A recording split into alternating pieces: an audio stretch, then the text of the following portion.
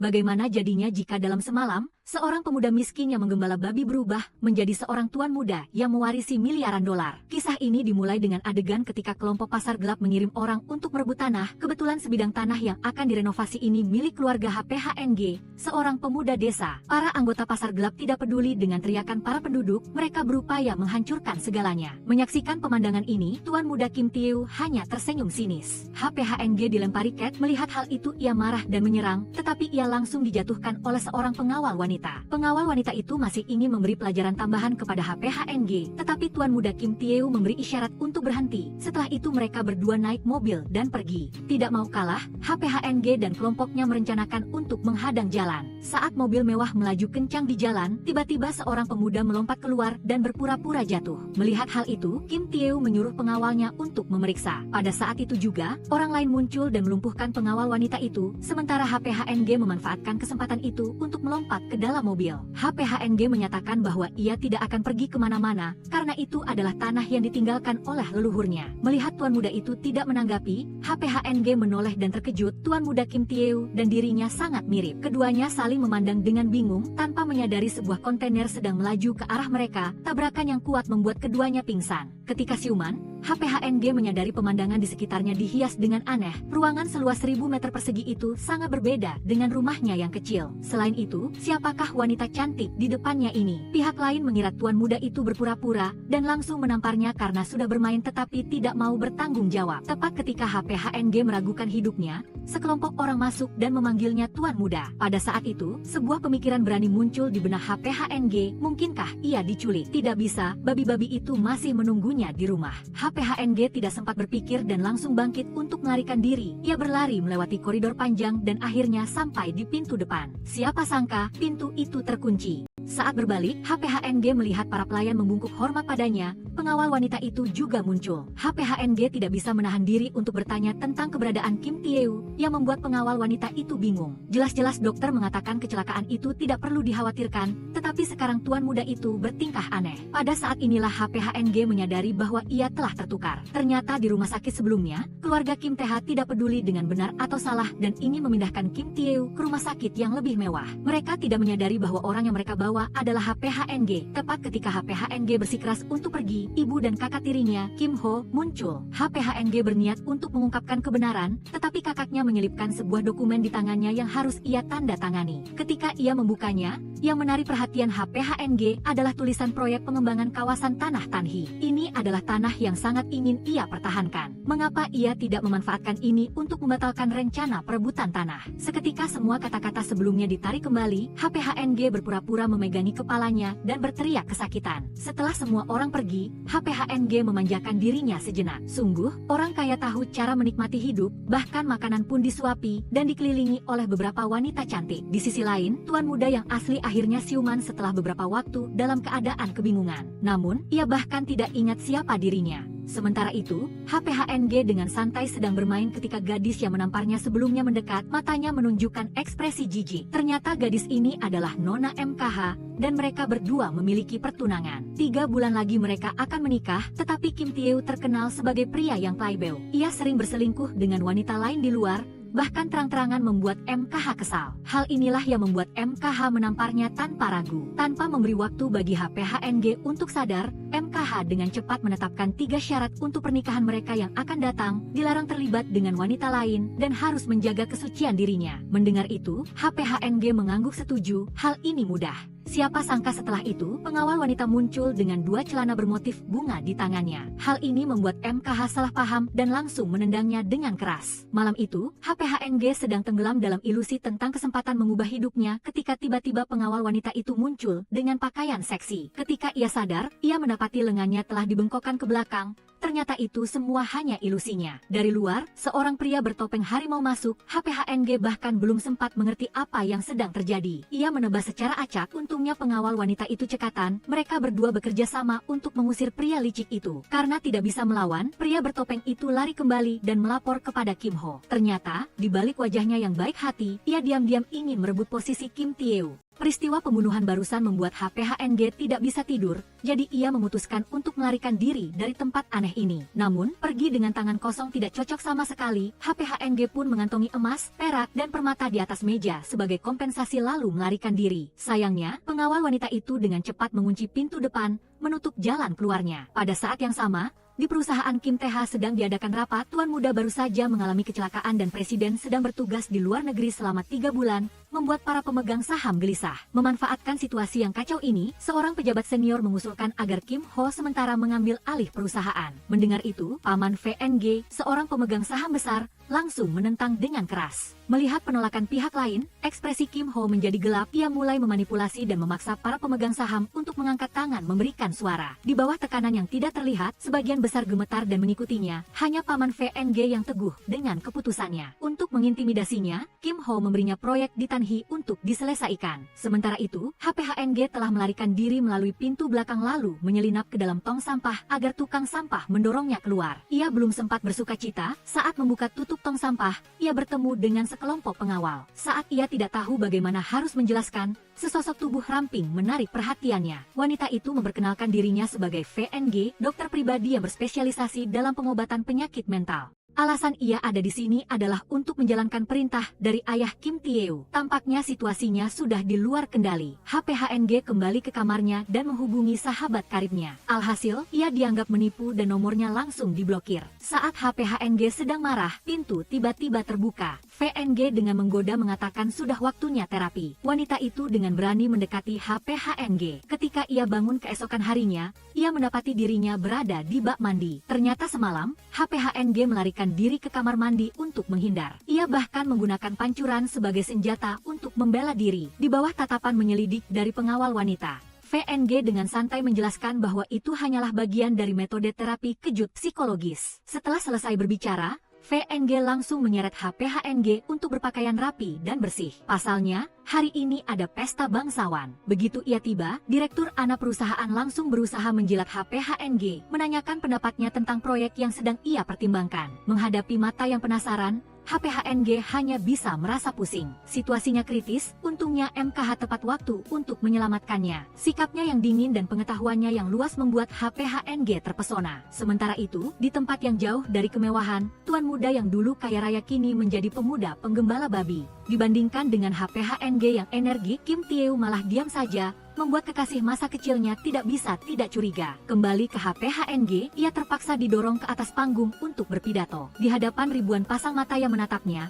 HPHNG merasa sangat bingung. Tiba-tiba, gambaran babi memberinya inspirasi. HPHNG membayangkan semua orang menjadi babi dan mulai mengucapkan kata-kata dari lubuk hatinya. Setelah beberapa saat berbicara omong kosong, seluruh aula menjadi hening. Mereka tidak dapat memahami apa pesan yang sebenarnya ingin disampaikan oleh tuan muda ini. Setelah pesta dansa berakhir, HPHNG kembali ke rumah dan tidak sengaja melihat VNG sedang memegang segelas anggur. Matanya yang genit menatapnya. Gadis itu menggoda, bertanya apakah ia sangat menginginkan posisi ketua perusahaan dan ingin menjadi kesayangannya. HPHNG merasa wajahnya memanas, ia langsung menghabiskan segelas anggur. Beberapa saat kemudian, HPHNG merasa seluruh tubuhnya panas dan pergi mencuci muka. Ia tidak menyadari bahwa MKH sedang mandi di dalam. Melihat pihak lain mendekat, gadis itu begitu panik hingga menjatuhkan handuknya. Setelah itu, ia mengambil sesuatu dan melemparkannya tepat ke kepala HPHNG hingga ia pingsan. Tidak lama kemudian, HPHNG siuman. Yang menarik perhatiannya adalah wajah MKH yang terlihat rumit dan tatapan tajam dari pengawal wanita. Belum sempat mengerti apa yang terjadi, MKH sudah meminta ia untuk segera membatalkan pertunangan. Pengawal wanita juga menjelaskan bahwa HPHNG dibius, ia langsung menyadari siapa pelakunya. Kebenaran perlahan terungkap.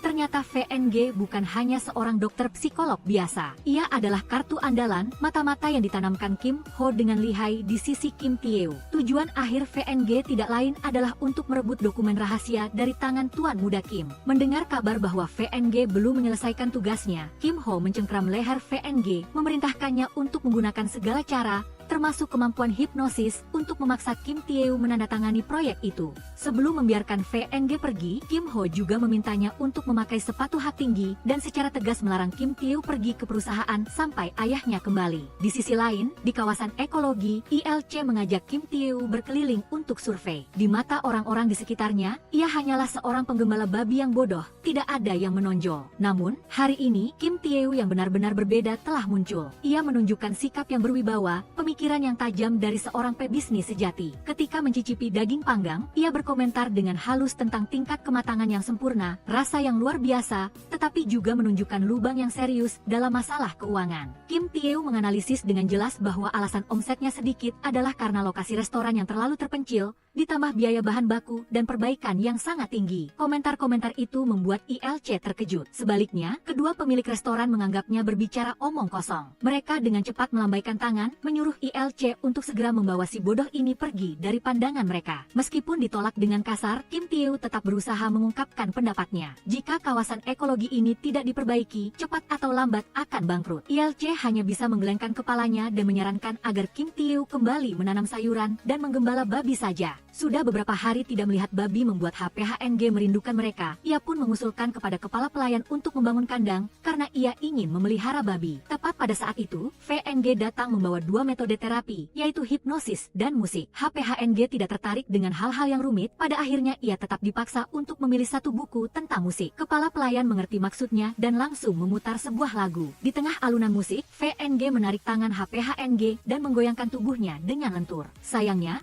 HPHNG dari kecil hingga dewasa hanya terbiasa dengan bau kotoran babi dan suara babi. Bagaimana ia tahu apa itu menari? Alhasil, ia dengan canggung menginjak kaki VNG 9 kali. Meskipun sangat kesakitan, VNG tetap memaksakan diri memuji tarian HPHNG. Setelah itu, ia melanjutkan terapinya dengan lihai membawa HPHNG ke dalam keadaan terhipnosis, berusaha membangkitkan kembali ingatan tentang hari kecelakaan. Suara VNG lembut tetapi penuh kekuatan, ia bertanya terus-menerus sehingga HPHNG dalam keadaan setengah sadar mengonfirmasi lokasi dokumen. Ketika ditanya apakah ia akan menerima jika harus melepaskan seluruh kekayaan besar, di sisi lain, Kim Tae-woo, meskipun ingatannya masih kacau, menunjukkan kualitas kepemimpinan yang tersembunyi. Ia mengumpulkan penduduk desa dengan berani mempresentasikan idenya untuk mengubah tanah tandus menjadi tujuan wisata yang ramai dan menarik wisatawan dari segala penjuru. Mendengar hal ini, semua orang mulai heboh, tetapi ketika seseorang bertanya tentang kompensasi, Kim Tae-woo hanya bisa menggelengkan kepalanya dengan getir. Tidak akan ada kompensasi karena perusahaan Kim Tae-ha dengan kejam memaksa mereka untuk membongkar rumah mereka. Meskipun begitu, nyala api harapan di hati Kim Tae-woo tidak padam. Ia dengan tegas meminta semua orang untuk memberikan laporan keuangan 3 tahun terakhir. Dengan angka-angka itu, ia akan secara pribadi membuat evaluasi rinci tentang nilai sebenarnya dari tanah di kota Tanhi, lalu dengan bermartabat bernegosiasi ulang dengan Kim Tae-ha. Keputusan Kim Tae-woo ini mengguncang seluruh desa. Orang-orang mulai berbisik-bisik dan berdiskusi. Orang-orang bertanya-tanya apakah HPHNG telah berubah menjadi orang yang sama sekali berbeda. Di tengah bisik-bisik itu, seorang nenek tua menambahkan bahan bakar ke dalam api, membuat seluruh desa semakin membenci perusahaan Kim Tae-ha. Pada saat yang sama,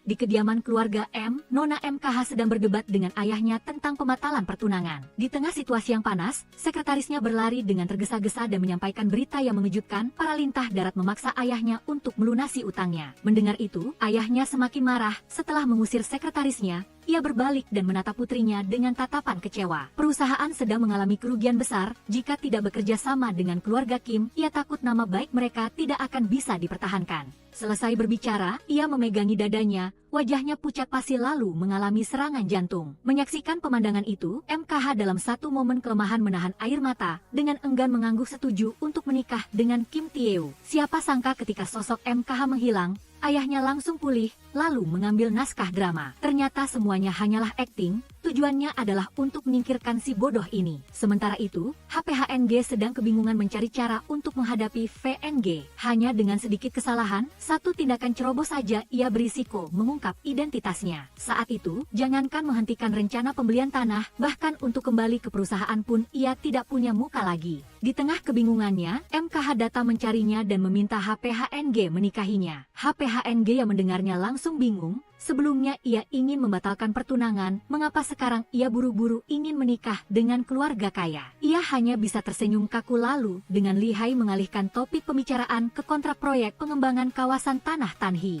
HPHNG yang melihat hal itu langsung berpura-pura tahu banyak, berpendapat bahwa seluruh area ini harus ditata ulang dengan sistematis sejak awal. Namun, biaya kompensasi dan modal awal yang terlalu besar. HPHNG sangat terkejut, ia tidak menyangka seorang putri bangsawan seperti MKH begitu memahami masalah bisnis. Kakak iparnya mengetahui bahwa meskipun ayahnya membatasi aksesnya ke dunia bisnis, dia selalu secara mandiri mencari dan berkembang. Ketika Hap Huong bertanya apakah dia harus terus mengejar proyek pembelian tanah ini, Miha tidak terburu-buru menjawab. Dia hanya menatapnya dengan menantang, "Jika kamu ingin tahu jawabannya, menikahlah denganku." Menghadapi tantangan berani Miha, Hap Huong tetap sangat tenang. Dia menerima tawaran itu dan pada saat yang sama memintanya untuk membantunya menyelesaikan masalah. Setelah itu Hap Huong mengajak Miha keluar untuk memperkenalkannya kepada Huong Fu. Namun, menurut Fu Dong, kesehatannya masih menjadi prioritas utama dan dia akan menjemputnya di malam hari. Sementara itu, Tuan Muda Yao perlahan menemukan kebahagiaan sederhana di kehidupan pedesaan. Dia mulai terbiasa dan terampil dalam pekerjaan merawat kawanan babi. Di sisinya ada Kang Kang, teman masa kecilnya, yang mengikutinya. Dia dengan bebas memberi sinyal kepadanya, tetapi Kim Tae-woo hanya ingin mengembangkan pariwisata di sini. Saat yang membahagiakan, Fu Dong membawa Hap Huong ke bar, selain untuk bersenang-senang,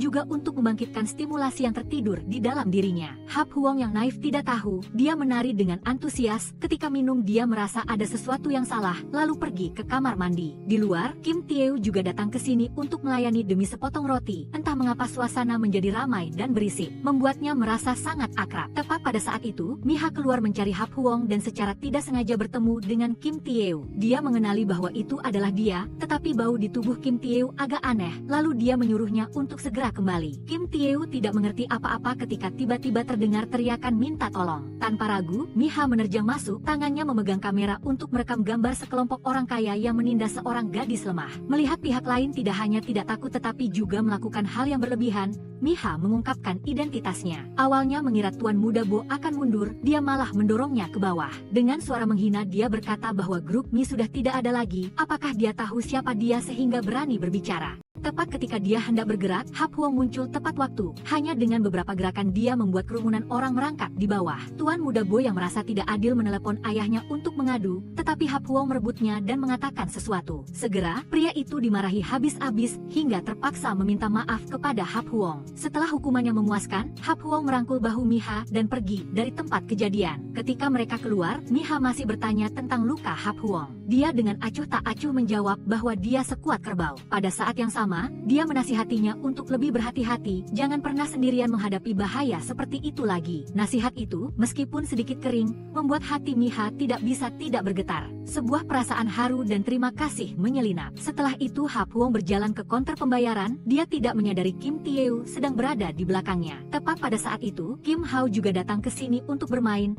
melihat Kim Tae-woo dan memanggilnya dengan keras. Tepat ketika kedua pihak hampir saling mengenali, untungnya teman-temannya menarik Kim Tae-woo menjauh. Saat meninggalkan diskotek ketika Kim Tae-woo lewat, suara musik yang berisik tiba-tiba menyentuh sudut terdalam di pikirannya. Perasaan akrab yang aneh muncul, seolah-olah sepotong ingatan yang telah lama terlupakan diam-diam muncul. Hap Huong yang mabuk dibantu oleh pengawal wanitanya kembali ke kamar, memanfaatkan kesempatan saat pintu terbuka, pria bertopeng harimau menyelinap masuk dan memukul pingsan pengawal wanita itu. Gadis itu tidak sengaja menindih Hap Huong. Beban ditambah dengan suara ketukan pintu yang tiba-tiba membuat Hap Huong terbangun. Takut disalahpahami, dia berjuang menyembunyikan pengawal wanita itu, sementara pria bertopeng juga bersembunyi di lemari. Ternyata yang datang adalah Fu Dong. Dia berencana untuk mengobati Hap Huong ketika di luar terdengar langkah kaki. Mengetahui itu adalah Miha, Hap Huong mendorong Fu Dong untuk bersembunyi bersama pengawal wanita itu. Setelah merapikan diri, Hap Huong keluar untuk membuka pintu. Miha masuk dengan wajah serius, dia datang ke sini untuk membicarakan urusan bisnis. Saat itu pengawal wanita itu terbangun dan kebetulan melihat Fu Dong, keduanya saling menyerang dan secara tidak sengaja menimbulkan suara. Hap Huong dengan cepat mengatakan itu adalah kucing. Pria bertopeng itu bahkan menambahkan meong-meong. Miha yang mendengarnya merasa senang, dia mengikuti jejak hingga ke depan lemari pakaian. Namun di depannya bukanlah makhluk berkaki empat yang lucu, melainkan orang asing yang menyamar. Miha ingin mengejar dan bertanya, siapa sangka ketika dia berbalik, dia melihat Hap Huong sedang memeluk pengawal wanita dan Fu Dong. Keduanya yang merasa malu segera mencari alasan, meninggalkan Hap Huong yang berusaha keras menjelaskan. Bukti sudah jelas, bahkan jika dia melompat ke sungai Gangga pun tidak bisa membersihkan dosanya. Gadis itu mengusap pipi Hap Huong sekali lalu pergi. Keesokan paginya, Hap Huong dengan penampilan yang kurang tidur tiba-tiba muncul di rapat. Di hadapan tatapan yang menyelidik, dia dengan santai mengumumkan penangguhan rencana pembelian lahan Tanhai. Ketika para pemegang saham menanyai secara spesifik, Hap Huong dengan wajah serius menjelaskan 3 faktor dalam bidang properti, yaitu lokasi, waktu, dan kualitas. Menurutnya, lokasi memainkan peran paling penting. Segera, seorang pemegang saham berdiri dan membantah. Tuan Kim mungkin lupa satu hal penting. Lokasi lahan Tanhai sangat strategis, hanya 1 jam perjalanan dari pusat kota. Alasan mereka mengincar lahan ini adalah karena keuntungan transportasi yang luar biasa, bersama dengan harapan bahwa dalam 3 tahun ke depan, tempat ini akan menjadi surga wisata yang ramai. Mengenai kualitas, meskipun saat ini belum terlihat jelas, tetapi dengan jaminan dari ketua sendiri, tidak ada yang perlu dikhawatirkan. Terdesak, Hap Huong dengan polos mengakui bahwa ide ini berasal dari seorang teman petani, sebenarnya tidak ada ahli sama sekali. Jawaban itu tidak ada bedanya dengan seember air dingin yang membuat semua orang yang hadir hanya bisa menggelengkan kepala. Diam-diam berpikir Tuan Kim pasti telah berubah menjadi orang bodoh setelah kecelakaan itu. Merasa sedih, Hap Huong berbalik dan kembali ke kamarnya, hatinya penuh dengan pikiran. Dia mulai bertanya pada dirinya sendiri apakah dia harus membuang semua hal glamor dan sia-sia ini dan kembali ke kehidupan merawat babi yang sulit tetapi damai. Sementara itu, Kim Tae-woo masih meragukan identitasnya. Meskipun dia tidak tahu namanya, mendengar kata Tuan Kim membuatnya merasa sedikit aneh. Melihat Kim Tae-woo yang linglung,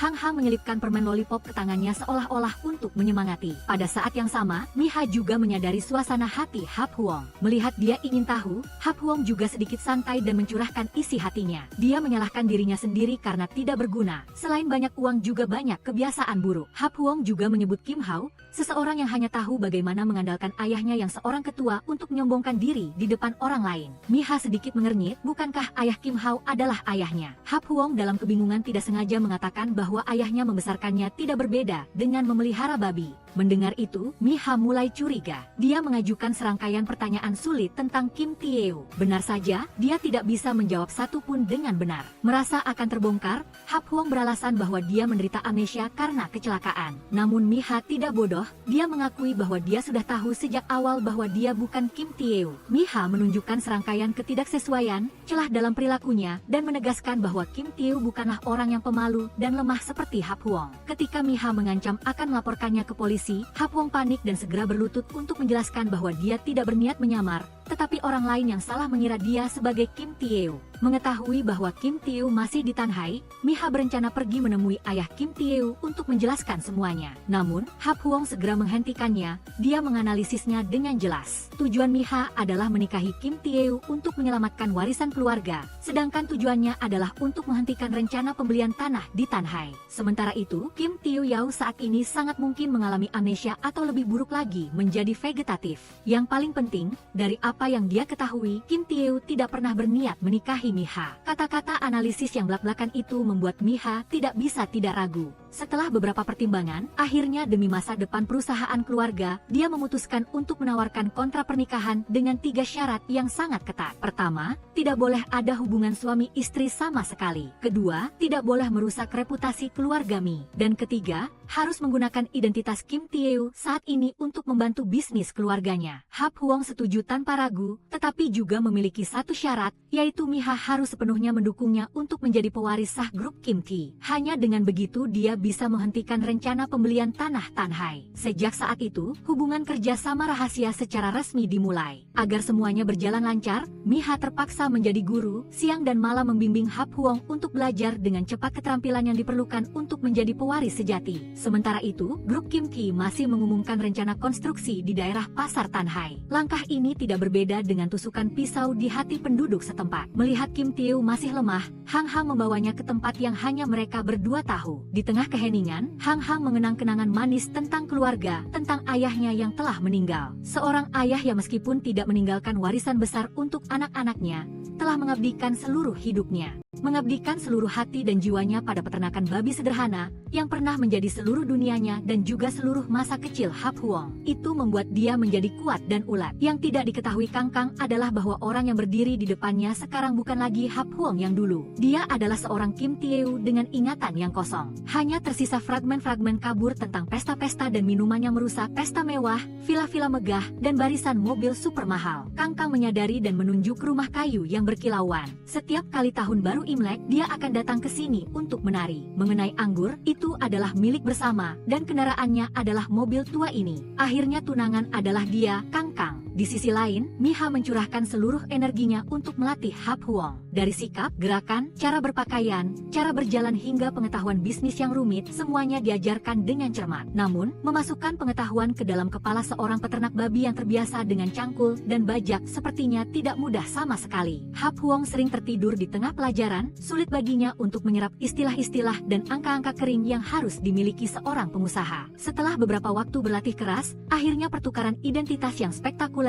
antara Hap Huong dan Kim Tae-woo secara resmi dimulai. Hap Huong sekarang muncul dengan penampilan yang sama sekali baru. Dari gaya rambut, hingga pakaian, dia tidak berbeda dengan Kim Tae-woo yang asli. Miha memberinya setumpuk dokumen, memperkenalkan akademi medis terkenal di Jerman, yang memiliki teknik terapi paling canggih di dunia. Ini adalah proyek menguntungkan di mana grup Huathi memegang saham. Jika Hap Huong sebagai Kim Tae-woo dapat memenangkan kontrak untuk memasok sistem terapi gambar untuk pasar domestik, itu akan menjadi batu loncatan yang sempurna, tiket emas yang akan membantunya kembali ke grup Kim Tae sebagai pewarisah. Untuk mencapai itu, tugas langsung Hap Huong adalah meyakinkan pemasok dekat yang pernah bekerja sama dengan Kim Tae. Siapa sangka, hidup tidak seperti mimpi. Ketika dia mencari mereka, semuanya berubah pikiran dan beralih untuk bekerja sama dengan grup Tae-woo. Kebetulan yang mencurigakan ini membuat Hap Huong curiga bahwa seseorang sengaja menghalangi dan mengganggunya. Memang di belakang grup Tae-woo tidak lain adalah Kim Hao, saudara tirinya, yang selalu menganggapnya sebagai duri dalam daging yang harus disingkirkan. Pertarungan untuk kekuasaan tampaknya baru saja benar-benar dimulai. Di tengah situasi yang tampaknya menemui jalan buntu, secercah harapan tiba-tiba muncul. Hap Huong secara kebetulan menemukan bahwa masih ada peluang. Feng Mihuizhi, seorang pemasok medis yang kecil namun sangat tulus, bersedia bekerja sama. Miha dengan kehati-hatian sebagai orang yang berpengalaman tidak bisa tidak mengungkapkan kekhawatiran. Dia berpikir bahwa Feng Mihuizhi tidak memiliki banyak nama di pasar. Apalagi sulit untuk menciptakan keuntungan yang luar biasa jika harus berhadapan langsung dengan raksasa grup Tae-woo. Meski begitu, Hap Huong tetap bersikeras dengan keputusannya. Dia memutuskan untuk mengambil risiko. Sayangnya, harapan rapuh itu dengan cepat padam dengan kejam. Tepat saat makan malam yang ramah, perwakilan dari grup Suthi dengan belak-belakan mengumumkan bahwa mereka telah memilih untuk bekerja sama dengan grup Tae-woo. Kejutan ini membuat Hap Huong terdiam, tetapi setelah dipikir-pikir demi kampung halamannya, dia tidak berkecil hati dan menganggapnya sebagai kesempatan untuk mendekati Tuan Tae-woo. Dengan keahlian minum yang luar biasa,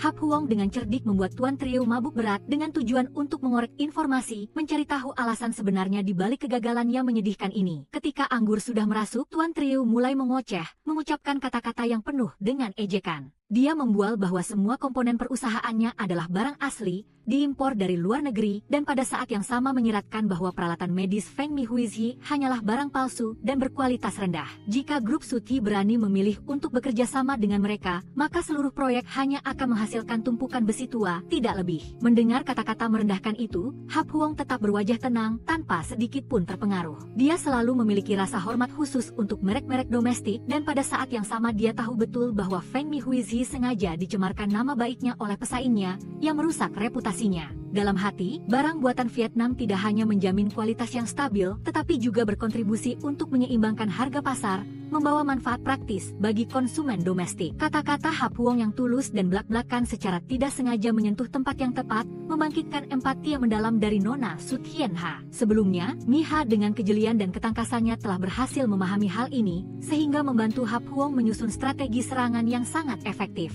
Karena jika bekerja sama dengan Feng Mihuizhi, ini akan menjadi satu-satunya pemasok dengan 100% modal murni Vietnam di seluruh daftar mitra potensial, faktor yang sangat kuat di mata Sut Hien Ha. Tidak seperti yang diharapkan, Hap Huong berhasil meyakinkan wanita cantik itu. Dia bahkan lebih cerdas, diam-diam mengirim Tuan Tae-woo yang sudah mabuk berat ke taksi untuk pergi ke Kamboja. Keesokan paginya, ketika Kim Hao menelepon dengan marah untuk menanyakan keberadaan Tuan Tae-woo, dia baru tahu bahwa mitra emasnya telah menghilang di daerah terpencil, dan ponselnya tidak dapat dihubungi. Tanpa pilihan, Sutianya harus menandatangani kontrak menguntungkan dengan Kim Tae-woo di tengah kemarahan Kim Hao. Permainan catur yang menegangkan dengan gerakan tak terduga telah membawa kemenangan spektakuler bagi si tukang ternak babi yang cerdas dan MKH yang licik. Begitu Hap Huong mendapatkan kontrak itu, dia tersenyum lebar, tapi tak disangka di jalan pulang dia bertemu dengan psikolog Fudong. Wanita itu mengetahui ceritanya dan menuangkan anggur untuk merayakan Hap Huong. Namun melihat tatapan curiga pria itu, Fudong mengambil inisiatif untuk meminumnya lebih dulu. Hap Huong benar-benar kehilangan kewaspadaan dan meminum semuanya. Beberapa saat kemudian, Hap Huong pingsan. Keesokan paginya saat terbangun, Hap Huong melihat Fu Dong berbaring di sampingnya. Saat dia panik, pintu terbuka, Ibu Tiri dan MKH tiba-tiba muncul. Ekspresi penuh arti dan jabat tangan akrab dengan Fu Dong semakin memperdalam kesalahpahaman antara dia dan MKH. MKH berbalik dan pergi tanpa mengucapkan sepatah kata pun. Hap Huong hanya bisa duduk di sofa dan mengeluh. Dia juga menerima perintah dari bos bahwa jika dia tidak bisa membujuk MKH dan mengklarifikasi masalah dengan dokter itu, dia tidak akan pernah bisa kembali ke perusahaan. Hap Huong menjadi pucat, dengan sungguh-sungguh memohon kepada pengurus rumah tangga dan pengawal wanita untuk percaya padanya, tetapi dengan reputasi buruknya yang suka bermain-main. Perselingkuhan Kim Tae-woo yang tidak terkendali membuat tidak ada yang berani percaya padanya. Di sisi lain, Kim Tae-woo akhirnya menerima kenyataan, dengan berani bangkit dan memimpin setiap orang, bekerja sama untuk mengembangkan tanah air yang tandus. Rencana konkret proposal berani tentang model peternakan babi digital, semuanya membuat semua orang kagum. Sepertinya meskipun ingatan bisa terhapus, tetapi alam bawah sadar dan bakat bawaan seorang Kim Tae-woo tidak pernah dilupakan, masih membara di dalam dirinya. Di sisi lain, Hap Huong membawa seekor anak babi yang lucu dengan harapan kecil bahwa itu akan meredakan kemarahan MKH. Tetapi sebagai balasan atas usahanya, dia hanya mendapat wajah dingin dan acuh tak acuh dari wanita itu, namun dia tidak putus asa. Hap Huong segera beralih untuk meyakinkan calon ayah mertuanya. Dia menegaskan bahwa begitu MKH menjadi istri dari keluarga Kim, tidak akan ada yang berani mempersulitnya lagi. Mendengar kata-kata omong kosong itu, calon ayah mertua menjadi gembira, sangat antusias bersulang dengan tuan muda yang ramah itu satu demi satu gelas, dan akhirnya mabuk berat dan pingsan di atas meja makan. MKH saat itu mengakui bahwa ayahnya alergi alkohol. Hanya beberapa gelas saja dia sudah tidak bisa bertahan. Melihat MKH hendak berdiri dan pergi, Hap Huong buru-buru menahannya. Dia mencoba menjelaskan kesalahpahaman antara dirinya dan Huong Fudong, memohon dengan tulus agar dia tidak cemburu tanpa alasan. Tapi MKH sudah memutuskan, dia mengucapkan satu kalimat yang memutus semua harapannya. Hubungan mereka hanyalah kontrak pernikahan, tidak ada yang perlu dijelaskan lagi. Setelah mengatakan itu, MKH berbalik dan pergi, meninggalkan Hap Huong berdiri di sana dengan bingung. Malam itu, saat MKH berjalan-jalan di taman belakang rumah, sebuah pemandangan lucu menarik perhatiannya. Anak babi yang dibawa Hap Huong sore hari, sekarang masih memakai papan permintaan maaf di lehernya. Pada saat ini, dia tidak bisa menahan tawanya lagi. Tidak disangka, setelah itu, Tuan Tau muncul. Hap Huong dengan tulus meminta maaf dan menceritakan kisah 3 anak babi versi bungsu. Kisah itu menceritakan tentang keluarga babi yang hidup bahagia hingga bencana melanda. Ibu babi meninggal, meninggalkan ayah dan anak hidup sendiri. Anak babi itu tumbuh dalam cinta ayahnya, tetapi segera nasib kejam merenggut ayahnya. Sejak saat itu, kehidupan anak babi malang itu hanya makan dan tidur, membosankan dan hambar. Hingga suatu hari, keberuntungan tiba-tiba tersenyum, anak babi itu bertemu dengan seseorang yang sangat istimewa. Orang itu menyalakan secercah harapan baru di hatinya, mengajarinya keterampilan yang diperlukan untuk bertahan hidup. Dan sebagai ayah maupun ibu, anak babi itu masih menemukan makna hidupnya. Setelah selesai berbicara, Hap Huong menatap mata MKH, suaranya penuh permohonan agar dia mempercayainya. Dia juga mengungkapkan bahwa dia tahu Direktur Fudong adalah orang dalam Kim Hao dan dia sangat membutuhkan bantuan MKH untuk mengumpulkan bukti, mengungkap hubungan gelap antara kedua orang itu. Keesokan paginya, suasana di keluarga Kim tegang. Ibu Tiri, Kim Hao, dan Hap Huong semuanya hadir, bersiap untuk pertemuan keluarga di hadapan sang bos. Mengetahui bahwa MKH sangat marah dan ingin membatalkan pernikahan, Tuan Kim segera memerintahkan putranya untuk menunda semua pekerjaan di perusahaan. Dan pada saat yang sama, dia dihukum di rumah, tidak diizinkan keluar selangkah pun sampai semuanya diselesaikan. Menyaksikan pemandangan ini, Ibu Tiri dan Kim Hao diam-diam bersukacita di dalam hati. Tepat ketika mereka mengira semuanya sudah berakhir, MKH muncul, di tangannya ada setumpuk dokumen. Dia dengan jelas menyatakan di depan semua orang bahwa Kim Tae-woo telah dijebak dan Huong Fu hanyalah pion di tangan orang lain, dan orang di balik layar tidak lain adalah Kim Hao. Tidak ingin diekspos, Kim Hao menimpakan semua kesalahan pada Fudong, mengklaim bahwa dia hanya ingin naik pangkat. Dia juga dengan mudah mengkritik tindakan Hap Huong yang telah merusak reputasi keluarga secara serius. Hap Huong tidak bisa menerima ketidakadilan itu dan mengeluarkan kartu asnya, yaitu video yang diekstrak dari kamera pengawas koridor. Itu membuktikan bahwa malam itu, Huong Fu tidak berada di kamarnya tetapi menyelinap masuk pada pagi hari. Setelah mendengar semuanya, Tuan Kim meminta semua orang untuk diam, dan pada saat yang sama melarang siapapun untuk mengungkit masalah ini lagi. Dia juga mengumumkan pembatalan rencana pemeriksaan psikologis untuk Hap Huong dan memerintahkan untuk tidak ingin melihat wajah Huong Fu lagi. Akhirnya, dia memuji proyek medis Charis yang telah dikerjakan Hap Huong dengan susah payah. Terus Terutama dia juga memberinya tanggung jawab penting untuk mewakili keluarga dalam pertemuan penting Dong besok menggantikannya. Semuanya tampaknya telah diselesaikan dengan lancar. Tetapi pada saat ini, MKH dengan dingin memberikan kejutan terakhir. Dia mengungkapkan bahwa video yang dibawa Hap Huong sebagai bukti sebenarnya hanyalah produk editan yang dia minta dibuat oleh seorang teknisi. Faktanya, malam itu, Huong Fu memang berada di kamarnya. Hap Huong terkejut tetapi masih berusaha tetap tenang, menggunakan semua kehormatan dan karakternya untuk menjamin bahwa dia benar-benar tidak bersalah dan tidak melakukan hal yang memalukan. Di sisi lain, kegagalan rencana menyebabkan pasangan yang ditakdirkan itu berselisih. Dalam kemarahan, Kim Hao menggunakan kekerasan, dengan agresif membenturkan kepala Fu Dong ke dinding. Karena terkejut, dia gemetar memeluknya dan meminta maaf. Dengan kepercayaan dari ayahnya, Hap Huong menjadi lebih menonjol. Dalam pertemuan itu, ketika Kim Hao mempresentasikan proyek baru, Hap Huong menyebutkan bahwa proyek Tan Hai belum selesai. Namun, jika diperluas, kerugiannya akan besar sehingga Dewan Direksi tidak setuju. Ditambah dengan provokasi terang-terangan dari Kim Hao, Hap Huong semakin marah, tetapi melihat MKH memberi isyarat, dia tidak berani bertindak gegabah.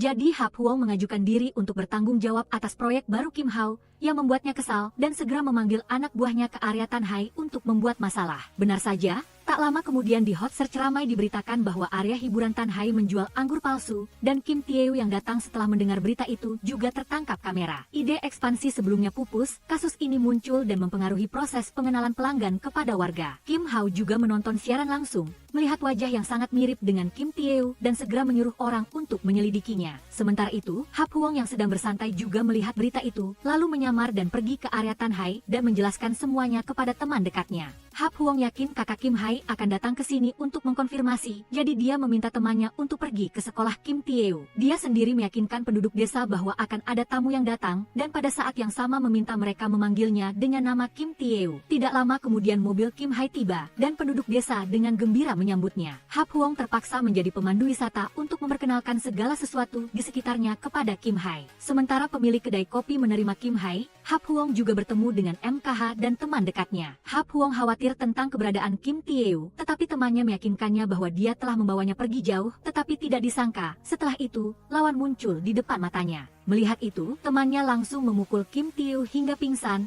lalu menyembunyikannya. Sementara itu, Kim Hai bersikeras ingin melihat peternakan babi, jadi Hap Huong harus membawanya. Kim Tae-woo segera mencari Dai Luk untuk meminta penjelasan. Dia tidak mengerti mengapa dia pingsan, dan semakin bingung ketika mengingat saat dia melihat seseorang yang persis sama dengannya. Namun, di hadapan pertanyaan yang bertubi-tubi dari tuan muda, Dai Luk hanya berpura-pura tuli dengan cerdik, seolah-olah dia tidak mendengar dengan jelas dan kemudian mengalihkan pembicaraan ke ayam betina yang baru saja bertelur, meninggalkan Kim Tae-woo berdiri tertegun. Malam itu, MKH hadir seperti seorang putri yang keluar dari dongeng. Dalam gaun anggun, setiap langkah menuju Hap Huong membawa harapan tersembunyi. Suasana romantis yang telah dia persiapkan dengan susah payah, dengan lilin yang menari-nari di atas meja, semakin membuat dadanya berdebar. Ini dia akan menyatakan cintanya. MKH menyesap anggur merah, baik untuk menenangkan diri maupun untuk bersiap-siap menghadapi momen yang sangat dia nantikan. Hap Huong menarik napas dalam-dalam, mengumpulkan semua keberaniannya untuk berbicara. Suaranya tulus, berbicara tentang rasa terima kasih yang mendalam karena dia selalu berada di sisinya, membantunya tanpa syarat. MKH mendengarkan, tetapi senyum di bibirnya perlahan membeku. Apakah hanya terima kasih? Kekecewaan dengan cepat berubah menjadi kemarahan yang jelas di wajahnya. Melihat itu, Hap Huong buru-buru melanjutkan, mengakui bahwa di dalam hatinya, dia adalah orang yang sangat istimewa. Dia tidak ingin hubungan mereka hanya berhenti pada pekerjaan, tetapi dengan tulus berharap itu bisa melangkah lebih jauh.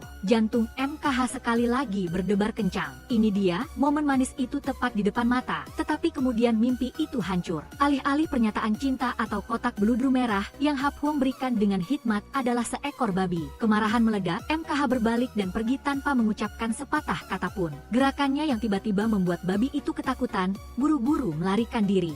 Di tengah kekacauan, pengawal wanita dengan cepat menangkap makhluk berkaki 4 ini. Secara tidak sengaja dia melihat kain tas merah yang tergantung di tubuh babi itu, di dalamnya berisi sebuah cincin. Di sisi lain, Kim Tae-woo masih penuh dengan pikiran, dia tidak bisa mengerti mengapa Kim Hao, yang baru saja tiba di Tan Hai dan belum pernah bertemu dengannya, bisa terburu-buru memutuskan untuk berinvestasi. Pertanyaan logisnya membuat Jiang Jiang hanya bisa menatapnya dengan tatapan khawatir, seolah-olah dia khawatir tentang seseorang dengan masalah saraf. Mengabaikan sikapnya, Kim Tae-woo memutuskan untuk pergi ke grup Kim untuk mencari tahu. Melihat itu, Dae-luk buru-buru menghentikannya, mengeluarkan kartu truf yang telah dia siapkan. Dia khawatir mengatakan bahwa ingatan Kim Tae-woo saat ini tidak stabil, kadang ingat kadang lupa. Jika dia terus berpikir akan memperburuk kondisinya. Selain itu, dia juga mengarang cerita bahwa Kim Hao telah terbang ke luar negeri untuk perjalanan bisnis, tidak ada di perusahaan. Tapi Kim Tae-woo masih tidak tenang, bersikeras untuk menelepon langsung. Tanpa pilihan, Dae-luk berbohong bahwa dia tidak punya nomor, sementara tangannya diam-diam mengirim pesan darurat kepada Hap Huong. Sementara itu, Hap Huong sedang terburu-buru mencari babi yang hilang. Mengikuti jejak kaki ke area kolam renang, dia terkejut ketika Fu Dong sudah menunggu. Dia melangkah maju dengan rasa bersalah,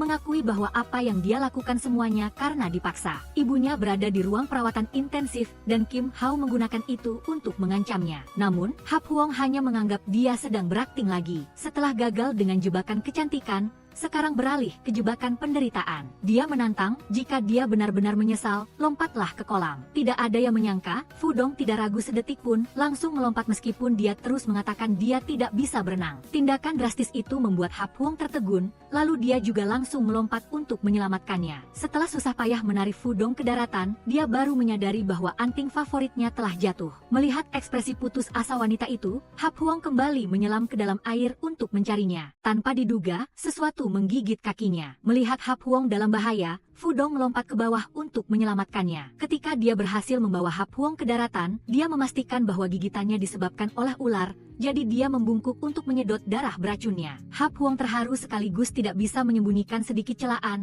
Bukankah dia pernah bilang dia tidak bisa berenang? Fu Dong membantah, dia benar-benar datang ke sini untuk meminta maaf. Ketika matanya melihat anting-anting yang tergeletak di telapak tangan Hap Huong, Fu Dong tidak bisa menahan tangis. Hap Huong sebenarnya tahu bahwa Fu Dong tidak ingin dia mati. Bahaya yang sebenarnya, orang yang diam-diam memanipulasi segalanya dari kegelapan, adalah target yang harus mereka hadapi bersama. Mengetahui bahwa Fu Dong telah mengganggu rencananya, Kim Hao menjadi marah. Sementara itu, Fu Dong dengan berani mengancamnya dengan rekaman suara. Namun, Kim Hao sudah bersiap sebelumnya, dia menunjukkan padanya video-video intim antara dirinya dan dia. Jika itu bocor, apakah ibu tuanya akan sanggup menanggung kejutan itu? Fu Dong tidak menyangka Kim Hao begitu licik, dia merasa Kim Tae-woo jauh lebih baik darinya sekarang. Setelah mengatakan itu, Kim Hao memukul Fu Dong dengan keras. Sementara itu, potongan-potongan masa lalu masih menghantui Kim Tae-woo. Jiang Jiang membawanya ke rumah sakit untuk pemeriksaan menyeluruh. Kabar baiknya adalah kesehatannya menunjukkan kemajuan yang sangat positif. Kemudian, dokter itu memberinya setumpuk berkas. Di dalamnya adalah evaluasi kecelakaan mobil tragis di masa lalu, disertai dengan laporan investigasi terperinci tentang proyek Tanhai. Pada saat yang sama, Dae-luk telah menemukan Hap Huong untuk melaporkan berita itu. Sebelum Kim Tae-woo tiba di perusahaan, mereka harus mempercepat untuk menghentikannya, jika tidak semua harapan akan hilang. Begitu dikatakan, keduanya segera menciptakan adegan sandiwara pertengkaran tanah. Tepat pada waktunya, Kim Hao lewat. Dae-luk mulai mengajukan serangkaian tuntutan, seperti beberapa rumah tangga bisnis di Tanhai yang belum habis masa kontraknya. Mereka tidak membutuhkan uang ganti rugi tetapi menuntut 1 juta miliar biaya pemukiman untuk setiap rumah tangga, disertai dengan 2 rumah di pinggir jalan setelah pembangunan kembali dan juga hak kerja sama eksklusif. Mereka mengira tuntutan yang tidak masuk akal ini akan membuat Kim Hao mundur, tetapi dia mengangguk setuju. Persetujuan yang cepat ini membuat Hap Huong dan Dae-luk pucat pasi. Keesokan paginya, media mulai membicarakan foto yang diambil oleh paparazzi antara Tua Trach dan Mai Ha. Hal ini sampai ke telinga para pemegang saham di grup Kim. Mengambil kesempatan itu, ibu tiri Kim Tae-woo meminta Hap Huong untuk memutuskan hubungan dengan Mai Ha. Kim Hao lebih jahat, dia menggunakan alasan reputasi perusahaan yang terpengaruh untuk memaksa Hap Huong secara sukarela menulis surat pengunduran diri. Di tengah badai, Hap Huong tetap tenang. Dia menenangkan para pemegang saham, menegaskan bahwa dia akan menyelesaikan semuanya dalam waktu 3 hari. Setelah itu, dia segera meninggalkan ruang rapat untuk mencari Meike, tetapi tanpa diduga menyaksikan adegan yang menjengkelkan. Kemarahan membara, Hap Huong meremas pergelangan tangan Tua Trach. Dia menyatakan untuk memperebutkan identitasnya, lalu berbalik ke arah Meike, berharap dia akan menceritakan seluruh kebenaran. Meike tidak menyembunyikan apapun dan menceritakan semuanya, menegaskan bahwa semuanya tidak seperti yang digambarkan media. Namun, leher Tua Trach masih terlalu keras kepala, dia terus-menerus melebih-lebihkan perilaku malam sebelumnya. Ketahanan Hap Huong ada batasnya. Jika dia tidak segera meninggalkan kota impian, konsekuensinya tidak akan sesederhana itu. Di hadapan aura menakutkan dari Hap Huong, Tua Trach akhirnya melepaskan tangannya. Setelah itu, Hap Huong memerintahkan pengawal pribadinya untuk melakukan penyelidikan menyeluruh, membolak-balik daftar seluruh personel yang terlibat dalam proyek besar. Saat dia melangkah keluar dari villa, Hap Huong segera dikelilingi oleh wartawan. Di tengah suara-suara kacau, Hap Huong dengan tegas mengumumkan bahwa dia sangat percaya pada Mei Ke dan memperingatkan bahwa jika ada lebih banyak berita bohong yang dihembuskan, Kim Hee Group tidak akan ragu untuk menggunakan jalur hukum. Pada saat ini, Mei Ke sangat putus asa. Kejutan mendadak itu tidak hanya memengaruhi kehormatannya tetapi juga memberikan pukulan fatal bagi keluarganya. Ayahnya mengalami serangan jantung karena terlalu marah, dan panggilan telepon dari kerabat terus berdering, melontarkan kata-kata makian pahit tanpa peduli benar atau salah. Melihatnya menyusut dalam kesedihan, Hap Huong dengan lembut meyakinkannya, dia sudah memiliki bukti penting di tangannya. Hap Huong menegaskan bahwa mulai sekarang, dia akan mengurus semuanya. Berkat gambar yang diekstrak dari kamera pengawas, Hap Huong dan Dai Luk akhirnya mengidentifikasi identitas orang yang mengambil foto secara diam-diam. Setelah mendengar berita itu, Mei Ke langsung mengusulkan untuk menjadikan dirinya sebagai umpan. Setelah mendapatkan lokasi paparazzi, mereka bertiga berpencar, masing-masing dengan tugasnya sendiri. Di sisi lain, Kim Tae-woo sedang mempresentasikan laporan investigasinya di depan Huong Huong dan Dai Luk. Dia dengan yakin menegaskan bahwa proyek Tan Hai hanyalah cangkang kosong, tidak memiliki nilai nyata, dan meninggalkannya adalah langkah paling bijaksana. Namun, yang menjawab analisis logisnya hanyalah tatapan cemas. Di mata mereka, dia bukan ahli strategi, melainkan orang gila yang berbicara omong kosong. Pada saat yang sama, Fu Dong secara pribadi pergi ke Tan Hai. Dia ingin mencari tahu sendiri mengapa Kim Hao menerima proyek yang tidak berharga seperti itu, hanya untuk memojokkan Kim Tae-woo. Di sini, dia juga bertemu dengan seorang pria yang wajahnya persis seperti Kim Tae-woo, dan penduduk setempat memanggilnya dengan nama Hap Huong. Seketika, seluruh pandangan dunia Fu Dong terbalik, dia benar-benar tidak mengerti apa yang sedang terjadi. Saat ini, Hap Huong dan Dai Luk telah menemukan paparazzi itu. Melihat dia masih menyangkal, Hap Huong segera bertindak, menggunakan botol anggur pada Dai Luk. Orang itu bahkan tidak mengerti apa yang terjadi dan dituduh menyebabkan cedera. Ketakutan akan prospek menghadapi polisi, dia gemetar dan menceritakan seluruh kebenaran. Tua Trach lah yang memberinya sejumlah besar uang untuk mengambil beberapa foto, lalu mengeditnya menjadi skandal sensasional. Dia juga mengakui bahwa dia masih menyimpan rekaman perjanjian sebagai bukti pertahanan diri. Semuanya sudah jelas. Tetapi sebelum kegembiraan kemenangan mereda, ketika kembali ke rumah, Hap Huong menerima kabar bahwa Mei Ke pergi dengan Paman Luong. Tidak ada yang tahu kemana. Tepat pada saat itu, sebuah pesan dari Mei Ke datang, menyuruhnya segera datang ke Hotel Guangyuan. Di hotel, Mei Ke sedang menghadapi Tua Trach. Tua Trach mabuk dalam kemenangan, segera mempercayainya dan memeluknya. Tapi senyum di wajahnya memudar saat tangannya menyentuh perekam suara di tasnya. Perangkap telah terungkap, dia berubah menjadi binatang yang kehilangan akal sehatnya, menggunakan kekerasan untuk menguasai Mei Ke, melemparkannya ke tempat tidur dengan niat jahat. Pada saat yang sama, Hap Huong tiba di meja depan, meminta pihak lain untuk mengungkapkan nomor kamar Mei Ke. Tetapi karena kerahasiaan pelanggan, staf menolak. Tanpa kesabaran lagi, pengawal itu dengan dingin mengeluarkan kartu nama kuat bernama Kim Tae-woo. Segera, sikap staf berubah 180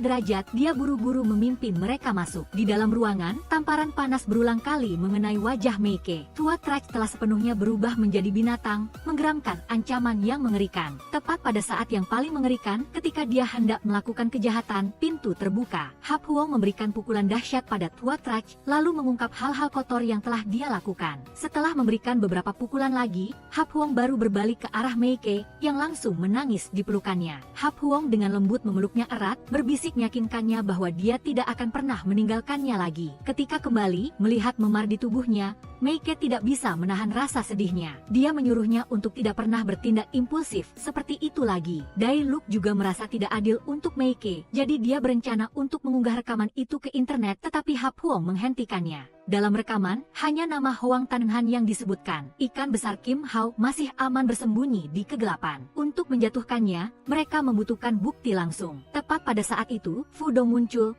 Aku akan membantu kalian. Keesokan harinya, saat Kim Hao dengan bangga membicarakan bisnis dengan Tuan Hua, seorang wanita asing masuk dan menuduh Kim Hao telah menipunya. Dia menggunakan alasan sakit parah untuk memaksanya menggugurkan kandungan. Kim Hao bahkan belum sempat sadar, wanita lain datang untuk mempertanyakan hubungan gelap antara dia dan wanita itu. Seolah-olah itu belum cukup, saat ini seorang wanita hamil muncul, menangis terseduh-seduh. Melihat drama kehidupan pribadi yang kacau tanpa akhir, Tuan Hua berubah dari terkejut menjadi marah. Sebuah tamparan mendarat di pipi Kim Hao, diikuti oleh makian yang menggema. Dengan cepat, serangkaian artikel skandal asmara tuan muda keluarga Kim menyebar kemana-mana. Mereka secara serentak mengoreksi, mengungkap bahwa skandal ciuman aneh antara dua keluarga Kim sebenarnya adalah konspirasi yang disengaja untuk menjebak. Membaca berita itu, Hap Huong sedikit khawatir, menoleh untuk bertanya kepada Fu Dong apakah drama ini sudah terlalu jauh. Dia hanya mengangkat bahu dengan santai, meskipun para wanita itu adalah aktris awaan,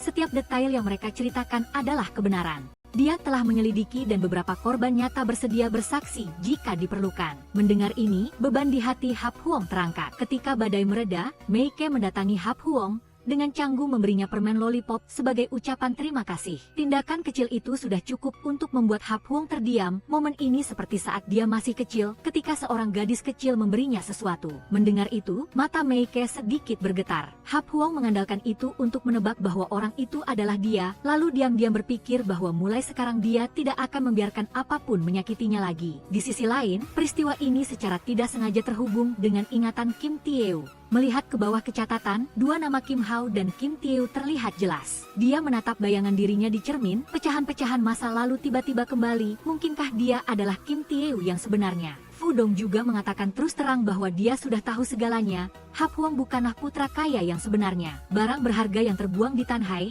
di bawah tatapan tajam Fu Dong, Mei Ke tidak lagi menyembunyikannya. Dia mengaku dan menambahkan bahwa jika dia benar-benar memiliki niat jahat, dia tidak akan mengerahkan seluruh kekuatannya untuk menghadapi Kim Hao demi membantunya. Fu Dong setuju, dia tidak peduli siapa Kim Tae-eu yang sebenarnya. Satu-satunya hal yang dia inginkan adalah melihat Kim Hao membayar untuk apa yang telah dia lakukan. Saat ini, seluruh pasar Tanhai telah ditutup sementara. Jika investasi Kim Hao tidak segera datang, Kim Tae-eu yang asli akan segera muncul. Dai Luk tidak bisa menyembunyikan kekhawatirannya, jumlah kompensasi besar yang dijanjikan Kim Hao masih belum ada kabar. Mei Ke, dengan pengetahuannya tentang Kim Ki, menjelaskan bahwa meskipun Kim Hao adalah putra kedua, menarik uang dalam jumlah besar seperti itu bukanlah hal yang mudah. Tepat pada saat itu, Fu Dong meluncurkan rencana berani, dengan syarat dia akan menerima komisi 10% setelah kesepakatan berhasil. Di kantor pusat, Ketua Kim yang sedang marah menelepon untuk mempertanyakan Kim Hao tentang harga saham yang anjlok. Dia memberinya ultimatum, jika dalam 3 hari dia tidak bisa memberikan penjelasan yang memuaskan di hadapan Dewan Pemegang Saham, dia harus keluar dari perusahaan. Setelah menutup telepon, Kim Hao bahkan belum sempat merasa kesal,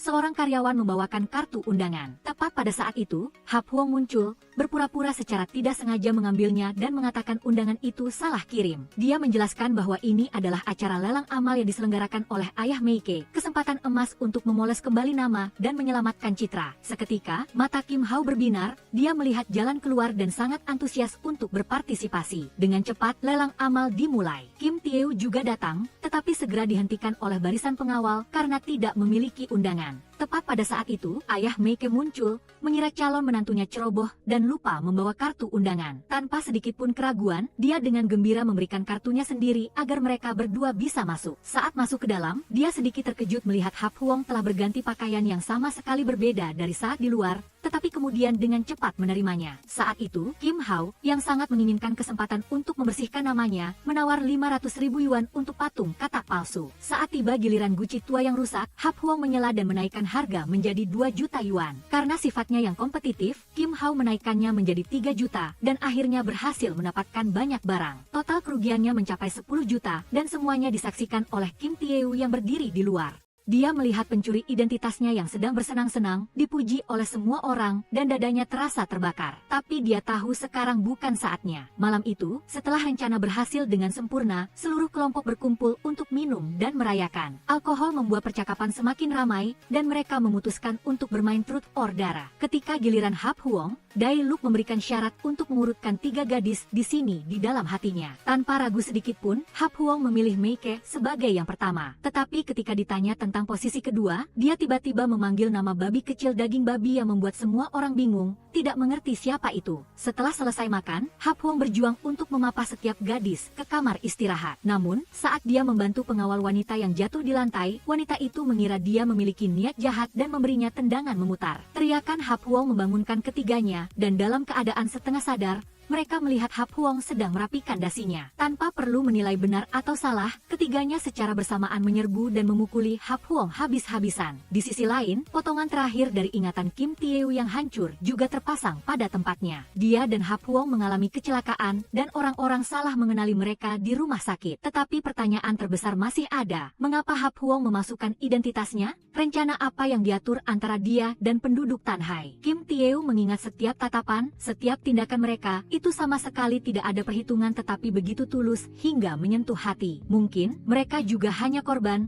benar-benar percaya dia adalah Hap Huong. Meskipun demikian, kewaspadaan masih ada, terutama ketika Dailuk secara langsung mencegahnya bertemu Kim Hao. Itu berarti Dailuk tahu betul dia bukan Hap Huong. Tepat pada saat itu, Huong berlari masuk dengan tergesa-gesa, dengan gembira menceritakan bahwa berkat sumbangan besar dari saudara laki-laki Kim Tae-woo, mereka telah diselamatkan. Tidak dapat menahan emosinya, dia bahkan mencium pipinya dengan nakal. Di hadapan tindakan tak terduga itu, Kim Tae-woo hanya tersenyum tipis lalu mengusulkan agar mereka pergi ke Kim Hee Group untuk berterima kasih kepada kakak laki-laki yang baik hati ini. Hap Huong sedang berjalan santai ketika dia melihat Kim Tae-woo bersama Huong dan Paman Huong. Terlebih lagi, dari kejauhan, Kim Hao juga mendekat. Tepat pada saat yang sangat genting, sekretaris tiba-tiba muncul seperti penyelamat menarik Kim Hao kembali ke kantor karena ada dokumen mendesak. Hap Huong baru saja bisa bernapas lega ketika sebuah tangan diletakkan di pundaknya. Kim Tae-woo bertanya di mana kantor Kim Hao. Hap Huong masih tidak berani berbalik, jadi dia hanya menunjuk dan mengarahkan. Kim Tae-woo berbalik pergi, tidak lupa meninggalkan senyum dingin. Setelah itu, Hap Huong buru-buru meminta seorang petugas kebersihan untuk menyampaikan pesan kepada Kim Tae-woo bahwa Kim Hao ingin bertemu secara pribadi dan memintanya datang sendirian. Sedang mencari cara untuk mendekati Kim Hao, Kim Tae-woo segera setuju, meminta semua orang untuk menunggu. Begitu bayangannya menghilang di balik koridor, Hap Huong buru-buru merapikan rambutnya, berbalik ke arah Huong dan mengatakan bahwa Kim Hao sangat sibuk hari ini dan tidak bisa bertemu. Meskipun bingung dan tidak mengerti apa yang terjadi, dia tetap patuh dan pergi. Di dalam kantor, Kim Tae-woo duduk di kursi kulit yang familiar. Segala sesuatu di sekitarnya, dari aroma kayu cendana hingga setiap item dekorasi, seperti kunci serbaguna, membuka pintu terakhir ingatan. Dia telah mengingat semuanya. Sekarang, semuanya sudah sejelas siang hari. Meskipun peran Hap Huong dalam drama ini masih menjadi misteri, dia yakin Kim Hao terkait erat. Tanpa bukti di tangan, jika dia buru-buru mengungkap Hap Huong sekarang, itu tidak berbeda dengan menghancurkan diri sendiri. Sebuah keputusan berani muncul di benaknya, Kim Tae-woo akan sementara membiarkan Hap Huong terus hidup dengan identitasnya. Sementara itu, ibu Kim Hao sangat marah mengetahui putranya telah membuang puluhan juta yuan untuk membeli tumpukan barang rongsokan. Meskipun demikian, Kim Hao masih membela diri, barang-barang itu murah tetapi jika bisa menggunakan uang untuk membeli kembali citra baik, itu sepadan.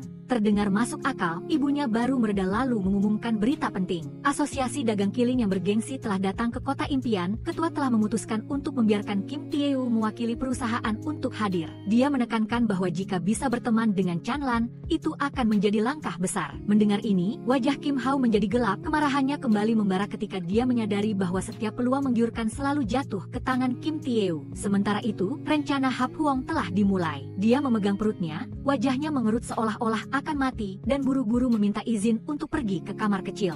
Ini adalah sinyal, celah berharga bagi Kim Tae-woo untuk kembali ke identitas aslinya. Tetapi seiring berjalannya waktu, dia tidak pernah kembali. Huong mulai gelisah, hendak bangkit untuk mencarinya, tetapi tiba-tiba melihat Kim Tae-woo keluar dari arah lain. Untuk menghindari terdeteksi, Kim Tae-woo menariknya ke sudut tersembunyi lalu mendaratkan ciuman cepat di bibirnya. Berpikir Hap Huong akhirnya membalas perasaannya. Huong dengan gembira memeluknya. Kim Tae-woo merasa canggung, tidak mengerti tindakannya barusan, tetapi tetap bersikap tenang dan menyuruh Huong pulang duluan. Ketika Kiki dan yang lainnya baru berjalan beberapa langkah, Sister Tran tiba-tiba menunjukkan tanda-tanda berubah bentuk. Begitu Hap Huong berbalik, sebelum dia sempat mengerti apa yang sedang terjadi, dia terseret ke dalam pusaran kekacauan. Jadi, dia dengan cepat mengambil mobil untuk membawa Sister Tran ke rumah sakit. Pada saat yang sama, dua saudara laki-laki dari keluarga Kim juga bertemu lagi. Kim Hao juga membongkar fakta bahwa Hap Huong sengaja menjebaknya sehingga dia memuntahkan uang. Tanpa diduga, Kim Tae-woo setelah mendengarnya hanya menyindir, berpikir bahwa setelah sekian lama tidak bertemu, Kim Hao telah menurun tidak sedikit. Kim Hao tidak mengerti makna tersembunyi itu, dia hanya mengingatkan Kim Tae-woo untuk segera mengganti pakaian karena bau kotoran agak menyengat. Di pihak Hap Huong, Sister Tran selamat dari masa kritis dan ibu serta bayinya selamat. Di sini, dia bertemu Fu Dong yang memberitahu dia tentang kondisi kesehatan ibunya. Melihat Hap Huong khawatir, Fu Dong menyindir dengan acuh tak acuh. Jelas dia telah membicarakan hal ini sebelumnya tetapi Hap Huong tidak percaya. Sekarang dia bertindak seperti juru selamat. Sementara itu, Kim Tae-woo juga kembali ke villa. Pemandangan yang akrab mengingatkannya pada kehilangan. Tiba-tiba, Kim Tae-woo mendengar langkah kaki. Dia segera melompat ke tempat tidur berpura-pura tidur. Pintu terbuka. Ternyata itu adalah Miha. Dia masih mengira itu Hap Huong. Akhirnya dia tidak bisa menahan diri untuk tidak mengungkapkan perasaannya. Meskipun dia adalah Hap Huong atau pemakan udang karang itu, dia bersedia menemaninya. Kemudian, Hap Huong memberikan ciuman di pipi Kim Tae-woo sebelum pergi. Hap Huong menelepon Miha tetapi tidak ada yang menjawab. Dia segera mencari Dalu. Dia memberitahu bahwa Kim Tae-woo telah mencari Kim Tae dan kemungkinan dia telah ingat kembali dan membutuhkan bantuan. Menunggu Miha pergi, Kim Tae-woo segera mencari minuman untuk menghilangkan kesedihan. Saat itu, pengawal wanita itu mendekat dan terkejut karena sebelumnya Hap Huong yang berperan sebagai Kim Tae-woo memiliki toleransi alkohol yang sangat rendah. Tapi sekarang, Kim Tae-woo dengan cepat menyela, menuduh orang lain itu palsu. Pengawal wanita itu benar-benar bingung, sampai dia melihat cerutu di tangan Kim Tae-woo barulah dia mengerti. Namun, sekarang bukan saatnya untuk mengklaim kembali posisinya. Kim Tae-woo menyuruhnya untuk menyelidiki lebih lanjut tentang kasus nama yang terbatas itu dan melaporkan semua yang terjadi di perusahaan. Setelah selesai, Kim Tae-woo pergi melalui pintu belakang. Seketika, Hap Huong kembali. Dia ragu-ragu bertanya apakah ada orang yang mirip dengannya yang datang ke sini. Setelah dikonfirmasi tidak ada pengawal, Hap Huong menjadi kurang cemas. Setelah itu dia tidur pula sampai siang. Ketika dia bangun dia kaget karena hari ini ada konferensi. Hap Huong berpakaian rapi dan pergi keluar, tetapi dihentikan oleh penjaga pintu. Meskipun dia punya tiket, datang terlambat tidak bisa diterima. Di dalam, setelah Chalan selesai berbicara, Kim Hao segera mendekat. Dia mengatakan bahwa dia hadir di sini mewakili Kim Hee dan berharap untuk bekerja sama. Berbeda dengan sambutan hangat, Chalan berpikir jika pewaris yang sebenarnya tidak muncul, jangan berbicara tentang kerjasama. Wajah Kim Hao menjadi masam dan dia kembali ke perusahaan. Para pemegang saham saat ini sedang heboh tentang 7 proyek terbaru yang telah jatuh ke tangan unicorn. Ada juga orang dalam yang sengaja menjual saham perusahaan. Situasinya sangat kritis, jika tidak segera ditangani, Kim Hee akan segera ditendang dari pasar. Kim Hao segera menghubungi 2 perusahaan terdekat untuk bekerja sama mencari solusi. Tak disangka, kedua pihak sudah bekerja sama dengan Chalan. Kim Hao dengan marah pergi mencari Chalan untuk berdebat tetapi menunggu sepanjang sore. Dia menerima jawaban dingin dari sekretaris Chalan bahwa dia tidak ingin bertemu dengannya. Sementara itu, Hap Huong sedang mempertanyakan karena terjadi kelalaian. Tepat pada saat ini, Miha membawa informasi investigasi Chalan. Diketahui dia memiliki sifat feminis yang cukup tinggi. Belum lama ini dia bercerai dari suaminya dan mendirikan unicorn. Saat ini perusahaan sangat berkembang. Tujuan mereka adalah untuk mengakuisisi perusahaan-perusahaan yang sedang menurun dan Kim Hee berada dalam bidikannya. Jika Kim Hee benar-benar diakuisisi, proyek Tanhai yang sulit diselesaikan akan hancur berantakan. Hap Huong segera bertindak. Rencana A, dia membiarkan Dalu keluar dan memblokir mobil Chalan dan kemudian berbaring di tanah untuk berpura-pura menjadi korban. Ketika Chalan meminta untuk memanggil polisi, Daluk segera memeluk kakinya. Di sini, Hap Huong akan muncul untuk menuduh Daluk melakukan pelecehan dan membacakan 7.749 undang-undang yang membuat lawan memegangi kepalanya dan melarikan diri. Chalan mengenali Kim Tae-woo, lalu memberinya 5 menit untuk berbicara tetapi Hap Huong hanya berbicara hal-hal yang tidak penting. Jadi dia ditendang keluar seperti ayam. Gagal untuk pertama kalinya tetapi Hap Huong tidak menyerah. Keesokan harinya dia mengatur jalur konstruksi dengan alasan butuh 5 jam untuk menunggu. Tanpa diduga, Chalan meninggalkan mobilnya dan naik helikopter. Mengira tidak ada harapan lagi, tetapi tekad Hap Huong meluluhkan hatinya. Dia menjadwalkan pertemuan dengannya besok. Semua gerakan ini juga dikirim ke Kim Tae-woo. Pengawal wanita itu mengatakan kecelakaan itu bukan kebetulan, tetapi sengaja menyebabkan cedera. Sehari sebelum kemarin dia baru saja menangkap sopir truk yang datang ke hotel untuk bertemu Kim Hao. Keesokan harinya, Hap Huong membawa Chalan ke Tanhai.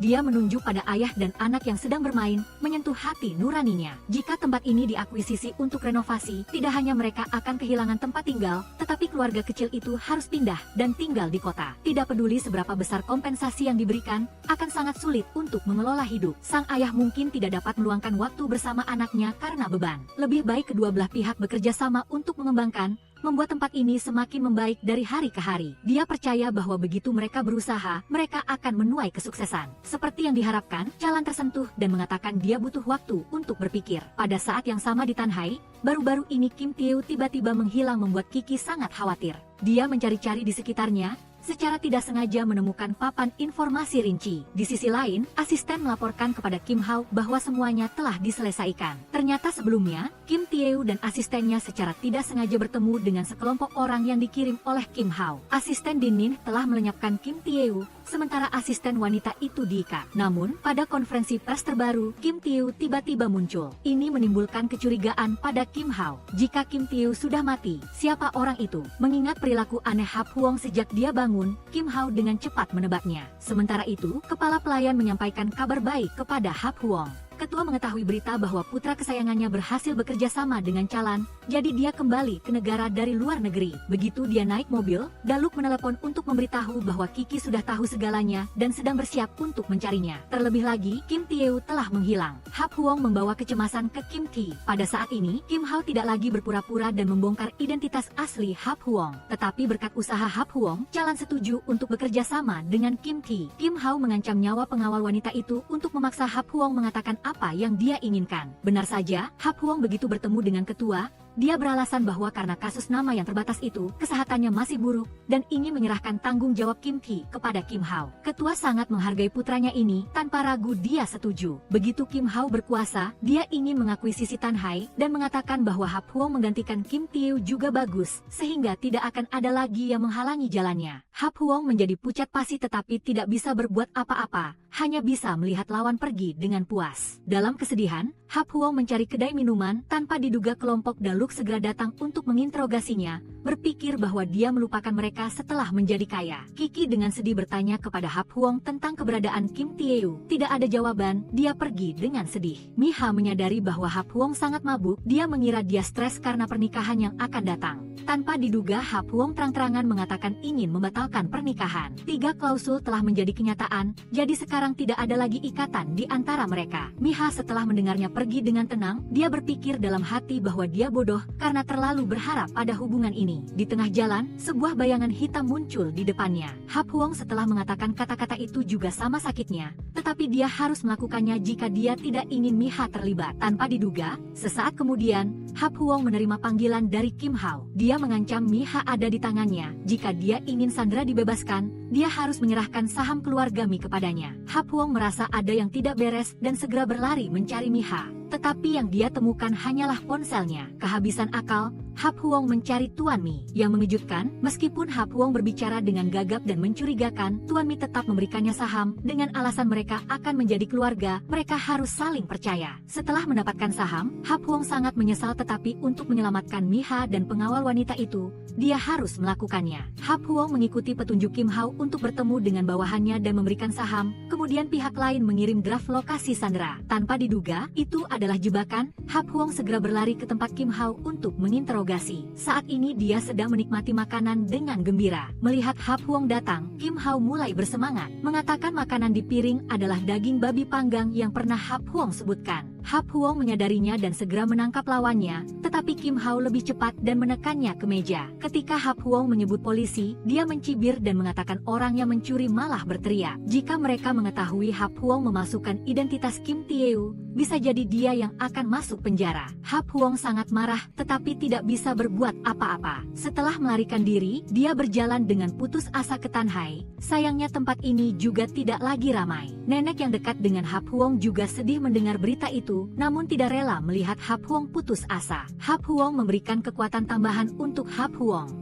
Dia kembali ke villa untuk bersiap menghadapi. Kebetulan Hap Huong bertemu dengan kepala pelayan, yang juga sudah lama menyadari bahwa Hap Huong bukanlah Kim Tae-woo. Untuk tujuan yang sama, kepala pelayan menemukan lokasi penahanan Sandra dan mengirimkannya kepada Hap Huong. Tanpa ragu, Hap Huong menyamar sebagai pengantar barang dan menyusup ke sarang mereka. Kedua penjaga yang baru saja mencicipi sepotong merasa pusing, lalu pingsan. Mengambil kesempatan itu, Hap Huong berlari ke dalam dan melepaskan ikatan pengawal. Diketahui bahwa Miha ditahan di atap, mereka berdua segera berlari ke sana. Hap Huong merasa sangat sedih melihat Miha menggeliat di gantung. Di sekitar, para preman yang tangguh melihatnya dan bergegas menyerang. Namun, mereka tetap bukan lawan bagi Hap Huong dan pengawal wanita itu. Setelah beberapa saat bertarung, semua preman tergeletak tak berdaya dan Hap Huong segera menyelamatkan Miha. Hap Huong baru saja sampai di rumah dan segera memberikan pertolongan pertama pada luka Miha. Setelah selesai, Miha hendak pergi, tetapi Hap Huong dengan canggung mengatakan bahwa dia telah menyerahkan sahamnya kepada Kim Hao. Miha sepertinya akan menginterogasi Hap Huong, tetapi dia malah memujinya karena melakukannya dengan baik. Ternyata sebelumnya, keduanya telah menandatangani kontrak bahwa pihak A dan B memiliki hak untuk memegang saham, tetapi sebelum menikah, itu tidak dihitung sebagai aset bersama suami dan istri, sehingga tidak berlaku. Hap Huong bahkan belum sempat bangga, pengawal wanita itu keluar untuk menginterogasinya. Hanya karena Hap Huong, keberadaan Kim Tae-woo tidak jelas saat ini, dia sangat membencinya sampai ingin mematahkan tulangnya. Hap Huong sangat terkejut, dia tidak menyangka pengawal wanita itu juga tahu dia menyamar sebagai Kim Tae-woo. Dia tidak tahu bagaimana menyelesaikan masalah ini tetapi berjanji akan menggulingkan Kim Hao untuk mengembalikan keadilan bagi Kim Tae-woo. Hap Huong berpikir sejenak, dia tidak akan membatalkan pernikahan lagi dan akan membalikan keadaan mulai sekarang. Dengan cepat hari pernikahan tiba, Miha mengenakan gaun putih bersih, tersenyum cerah di ruang tunggu. Hap Huong juga mengenakan setelan jas yang elegan. Dia meminta maaf kepada Hap Huong karena dia belum bisa memberinya pernikahan yang lengkap. Sebenarnya semuanya sudah sesuai rencana. Miha sangat memahami dan mengatakan tidak apa-apa. Para tamu di luar sudah menunggu. Bersama dengan kehadiran banyak kerabat dan keluarga, Miha melangkah di altar tetapi pengantin pria tidak muncul, membuat orang-orang berbisik-bisik. Apa yang sebenarnya terjadi? Kedua orang itu baru saja berbicara dan tertawa bersama beberapa saat yang lalu, tetapi sekarang Hap Huong tiba-tiba menghilang. Ternyata Hap Huong menerima telepon bahwa ada pembuat onar di Tanhai. Dia terpaksa meninggalkan Hap Huong dan lari ke sana. Saat ini, para preman saling menghancurkan barang-barang, meskipun warga berusaha keras untuk menghentikan mereka. Pemimpin geng itu bahkan mengejek Hap Huong, mengatakan bahwa dialah alasan mengapa semua orang menjadi seperti ini. Setelah itu, seluruh geng bergiliran melakukan kontak fisik dengan Hap Huong. Kembali ke Miha, dia berdiri sendirian di podium dengan hati yang penuh kebingungan. Tepat ketika Miha putus asa, yang mengejutkan Kim Tae-woo muncul. Dia melangkah selangkah demi selangkah ke arahnya lalu berhenti tepat di seberang Kim Hao. Sudah lama tidak bertemu, kakak. Di sisi lain, Hap Huong dipukuli sampai babak belur. Untungnya Calan muncul tepat waktu dan berhasil menghentikannya. Hap Huong sebelum kembali ke altar juga memberitahu Kiki bahwa Kim Tae-woo masih hidup. Kemunculan Hap Huong membuat semua orang yang hadir gempar. Mengapa ada dua wajah yang begitu mirip? Hap Huong berlari ke sisi Kim Tae-woo dan Miha, meminta maaf karena datang terlambat. Ternyata sebelumnya Hap Huong telah menerima telepon dari Kim Tae-woo yang meminta kerjasama. Setelah itu Kim Tae-woo menyerahkan Miha kepada Hap Huong, sementara dia sendiri berbalik untuk menyelesaikan masalah dengan Kim Hao. Di depan banyak tamu, Kim Tae-woo membongkar konspirasi Kim Hao, mulai dari sengaja menyebabkan kecelakaan mobil, hingga berkolusi dengan Hoang Tan-han untuk mengumpulkan investasi dari Tanhai. Ketua tidak menyangka hanya karena warisan, kakaknya berani menyakiti adiknya. Dia murka, memerintahkan untuk menyiapkan tiket pesawat untuk Kim Hao agar dia bisa memperbaiki karakternya. Kim Hao juga tidak mau kalah, dia membalas ketua yang selalu memihak Kim Tae-woo, tidak pernah menghargai pendapatnya. Mendengar ini, ketua menjadi emosional dan mengalami serangan jantung. Mengambil kesempatan itu, Kim Hao melarikan diri tetapi begitu sampai di gerbang lobi, dia ditangkap oleh penjaga. Kim Hao bahkan ingin menggunakan uang untuk menyuap lawannya. Dari mana? Fu Dong muncul. Dia ingin Fu Dong menyelamatkannya, tetapi dia hanya menyindir, berpikir bahwa dia melakukannya sendiri dan harus menanggungnya sendiri. Dan dia juga yang menelepon polisi, sekarang mereka bisa masuk penjara bersama. Pernikahan palsu itu dengan cepat berakhir.